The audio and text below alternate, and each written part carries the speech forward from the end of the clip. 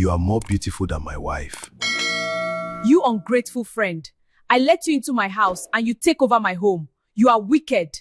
The rain that night was not ordinary rain.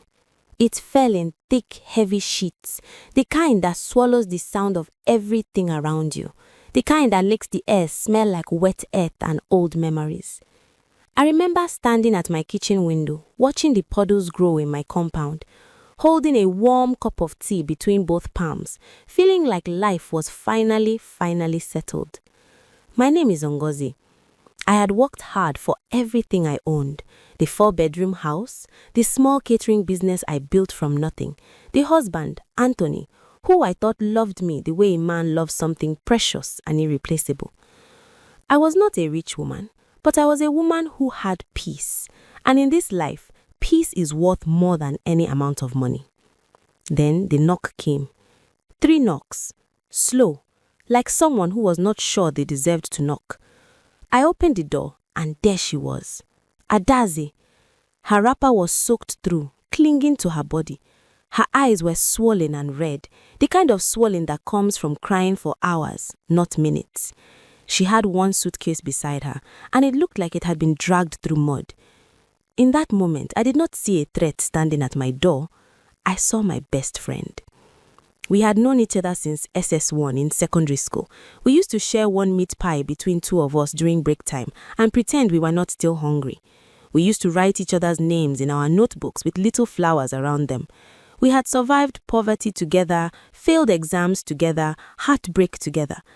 Adaze was not just a friend, she was the sister God forgot to give me. "My fiancé left me," she said. Her voice cracked in the middle of the sentence. I did not ask questions. I did not tell her to wait. I pulled her inside, took her suitcase, and wrapped a towel around her shoulders before she could even finish telling me what happened. Anthony came out from the bedroom and saw us. He nodded, said it was the right thing to do. We gave her the guest room. I cooked jollof rice because food is how women like me say, "I love you," without using those exact words. That night, as I lay beside my husband in the dark, I felt proud of myself. Proud of the kind of woman I was. Proud that my friend had someone like me to run to. I pressed my face into my pillow and smiled. That smile was the last innocent thing about that season of my life. Because while I was sleeping peacefully, grateful for the warmth of my own home, Adaze was lying in my guest room with her eyes open, not crying anymore, thinking. If this kind of story touches your soul, do not go anywhere. Subscribe to this channel right now and ring that bell because the best part has not even started yet. The first few weeks were sweet. Adaeze woke up early and swept the compound before I came downstairs. She seasoned the stew better than I did and never complained about anything. My neighbors would see her sweeping or washing and say, "Ngozi, your friend is a good woman." Anthony said I had done a noble thing by bringing her in. I felt like I was glowing. But human beings, when they are comfortable, they begin to reveal themselves slowly, not all at once, slowly, like a pot that heats gradually. By the time you notice it is boiling, it has already been burning for a long time. It started with clothes. I came home from the market one Tuesday and found Adaeze wearing a headscarf that was identical to one I had bought just 2 weeks before. Same color, same pattern. I blinked and told myself it was a coincidence. These things are sold everywhere, after all. Then she cut her hair, the exact same way I had cut mine 2 months before. Then she started wearing my perfume, not asking, just wearing it as if it had always been hers. I would walk into the sitting room and smell myself on her body, and something uncomfortable would crawl across my skin. I could not name the feeling yet. I pushed it away.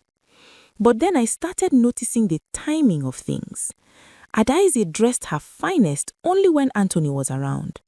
When he came home from work, she would suddenly appear from the kitchen in a well-pressed dress, laughing, bringing him water before I even had the chance to stand up.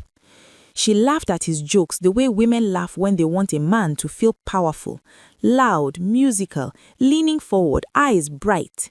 She found reasons to touch his arm. "Ah, Anthony, you are too funny," and let her hand rest there 1 second too long. I watched all of this, and I told myself, "Ngozi, You are being paranoid. This is your friend, your sister. But the body knows things before the mind accepts them. Every time I saw her beside him, something in my stomach would tighten. My chest would feel like someone had placed a small stone there. I would go to the bathroom and stare at my own face in the mirror and ask myself if I was imagining things. I was not imagining things. I just did not want to believe what I was seeing.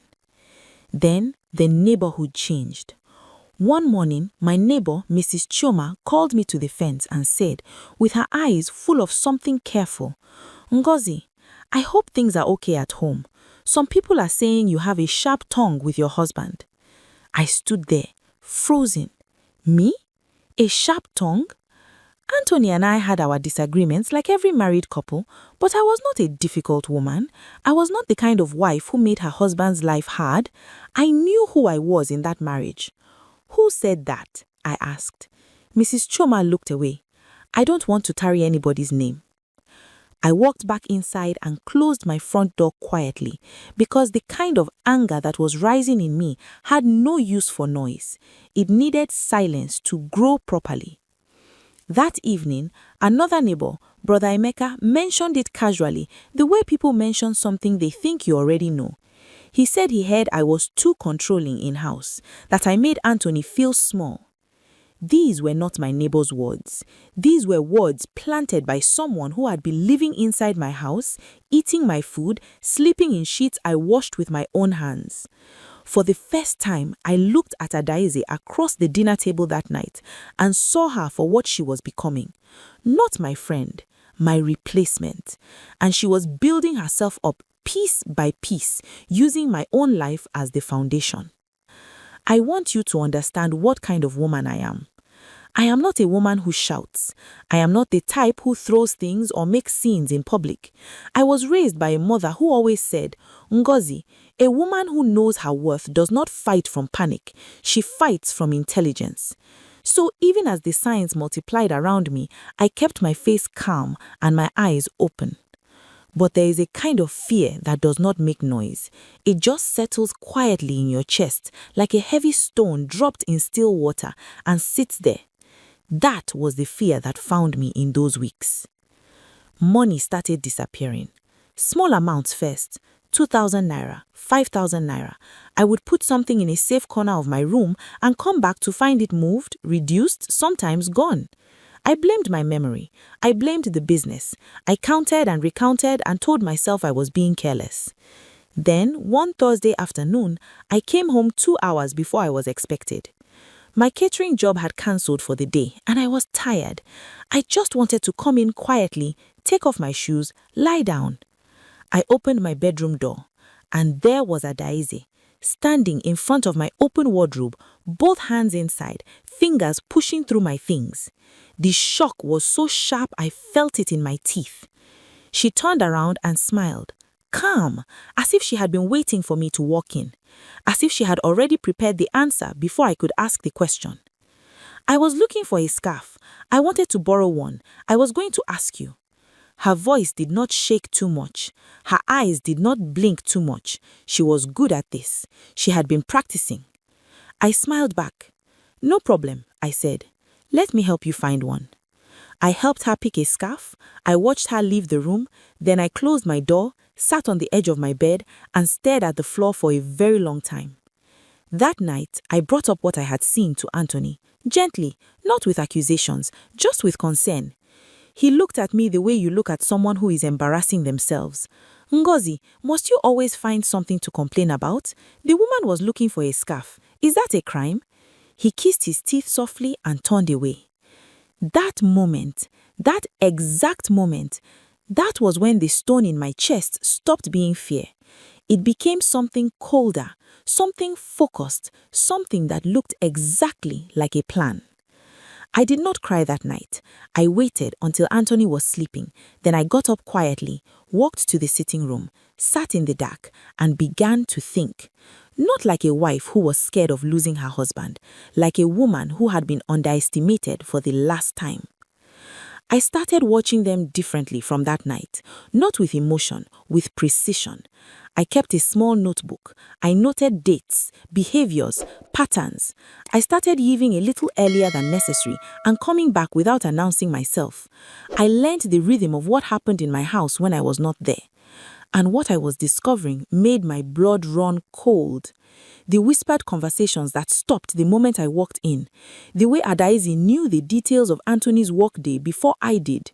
The way he defended her in every turn with a readiness that was too practiced, too fast. I was not going mad. I was being slowly erased, and the people doing the erasing were sleeping comfortably under my roof. But I was not sleeping. I was gathering. There is a particular pain in betrayal that no other pain resembles. It is not like the pain of falling and breaking something. That kind heals with time, with medicine, with rest. The pain of betrayal is different because it rewrites the past. Every good memory becomes suspect. Every kind gesture becomes a question. You look back at all the years of friendship and you start to wonder, when exactly did it begin? Was any of it real? Was I ever anything more than a stepping stone? That is the kind of pain I carried inside me as I prepared my response. I want to be honest with you. There were nights I cried so hard I had to press my face into my pillow so nobody would hear. There were mornings I stood in front of the bathroom mirror and talked to myself just to feel like someone in my life was on my side. There were moments when I felt so foolish, so utterly foolish for opening my door to someone who had come specifically to take what was mine. But I did not allow the pain to make me messy. I allowed it to make me careful. I had already started recording. A small device, the kind people use for work meetings. I had borrowed it from a business associate without explaining why. I placed it strategically. I do not want to say exactly where, but I will tell you this. The sitting room in a house reveals everything when the owners think they are alone. It took 9 days. 9 days before I had what I needed. The recording began with ordinary conversation, Anthony and Adaeze talking about food, about work, the kind of talk that sounds innocent. But people who are hiding something cannot stay hidden for long when they feel safe, and they felt very safe. Then Anthony's voice changed, lower, softer. He said, "How much longer do we have to pretend?" My hand gripped the edge of the table where I was sitting alone in my shop, listening through earphones. Adaeze laughed, that same musical laugh. She said, "Not long," she said. "She is too trusting, too soft. By the time she realizes, it will be too late." Then she said something that shattered everything that was left of my world, but also, strangely, freed me. She said, "I came here for a reason. Did you think I cried those tears for nothing?" I removed the earphones. I sat in complete silence for several minutes. Then I saved everything, backed it up in 3 separate places. I compiled every message I had managed to see, every note from my book, every date and incident, and I organized it the way someone prepares a legal case, because this was going to be my court. Anthony's family had a large gathering coming, a cousin's introduction ceremony, the kind where the whole extended family gathers in one compound. Uncles, aunties, grandmothers, the people whose opinion Anthony had always cared about most, the people who had called me his wife, who had eaten at my table, who had received gifts from my catering business. Anthony had already been laying groundwork there too. I heard through a relative that he had been hinting that our marriage was struggling because of my attitude. He was setting the stage to leave me with no dignity. So I decided to choose the stage first. I said nothing in the days before the gathering. I cooked for the event. I dressed well. I smiled at Adaeze that morning and helped her with her wrapper. I let her think she was winning all the way until the final moment. We arrived together. The family greeted us. Things started normally.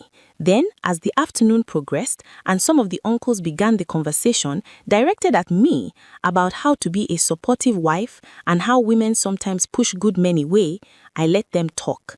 I let them finish. Then I stood up quietly, asked for a moment, and I played the recording. I want you to imagine a compound full of people talking, eating, laughing. Now imagine all of that stopping. Not gradually, instantly. The only sound that remained was Adaze's voice coming from the speaker saying, "I came here for a reason. Did you think I cried those tears for nothing?" Nobody moved. Nobody needed to say anything. Auntie Chidima, Anthony's oldest aunt, who had always been quiet and watchful, stood up from her chair slowly. She looked at Anthony. She looked at Adaze. She looked at me. Then she said in Igbo, something that even those who did not speak the language understood from her tone. This house is not built on a good foundation. Adaze could not look up from the ground. Anthony opened his mouth, closed it, opened it again. There was nothing to say. The truth had already spoken louder than anything either of them could manufacture. She left my house that same evening. The same suitcase she arrived with, she dragged out again. No ceremony, no speech, just the sound of wheels on concrete and the gate clicking shut behind her. Anthony tried to talk to me that night. He stood in the doorway of the bedroom with his hands hanging at his sides, looking like a man who has just realized the floor beneath him is not solid. He said things. Sorry appeared more than once. Explanations came, the kind that are supposed to sound like reasons but are really just dressed up excuses. I listened to everything. Then I told him, calmly, that I needed him to leave as well. Not because I was acting from anger. Not because the family gathering had embarrassed him and I wanted to punish him in the heat of the moment, but because the man standing in front of me had sat across from me at dinner every night while hiding something monstrous behind his eyes, had defended the woman who was dismantling my life, had called me paranoid when I tried to express fear, had agreed in my own sitting room, in my own home, that I was too naive.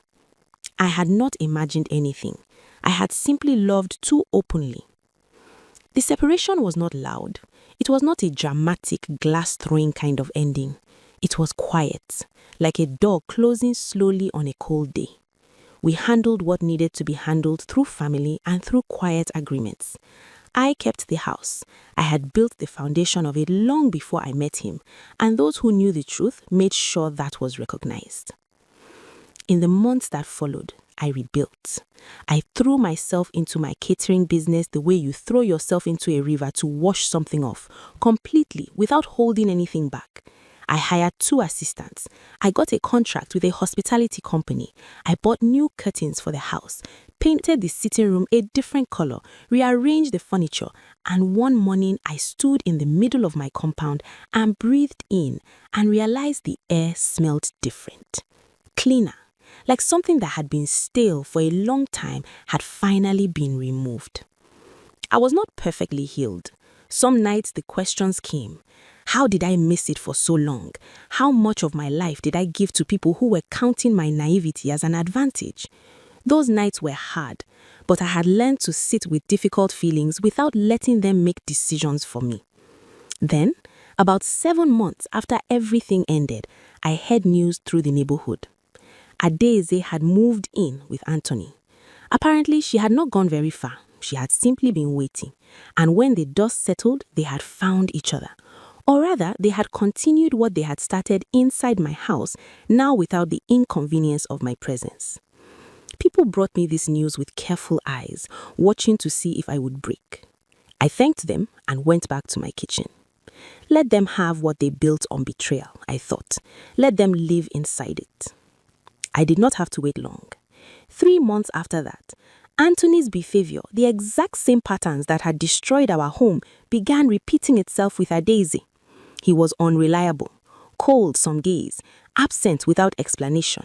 She, who had helped him practice dishonesty, was now on the receiving end of it. One quiet evening in the rainy season, almost exactly 1 year after the night she had first appeared at my gate, I heard a knock. 3 knocks. Slow. I opened the gate. It was Adaze, suitcase beside her, eyes swollen and red. This time, I did not feel the rush of compassion that had swept through me a year ago. I felt something steadier, something earned, a clarity that came from surviving something that should have broken me. She began to speak. She said she was sorry. She said she missed our friendship. She said she thought what she wanted was what I had, but now she understood she had only wanted to take, never to build. I let her finish.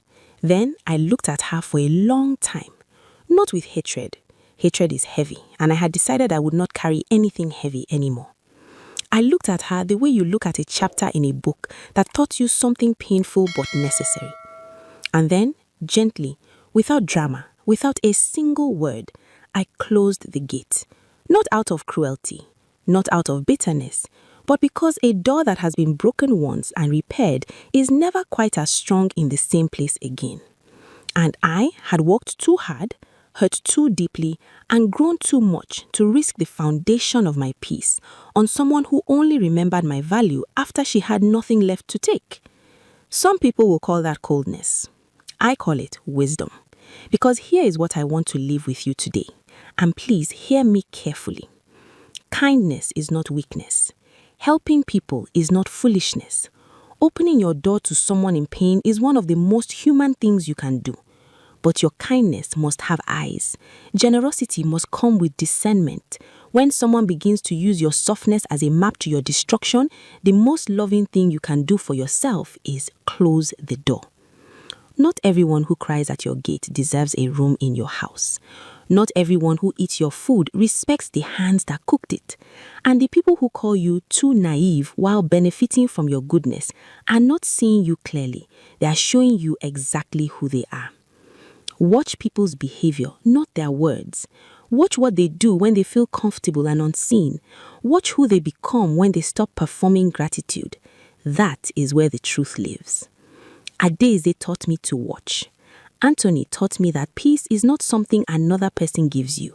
It is something you choose, protect, and rebuild even when you have to do it alone.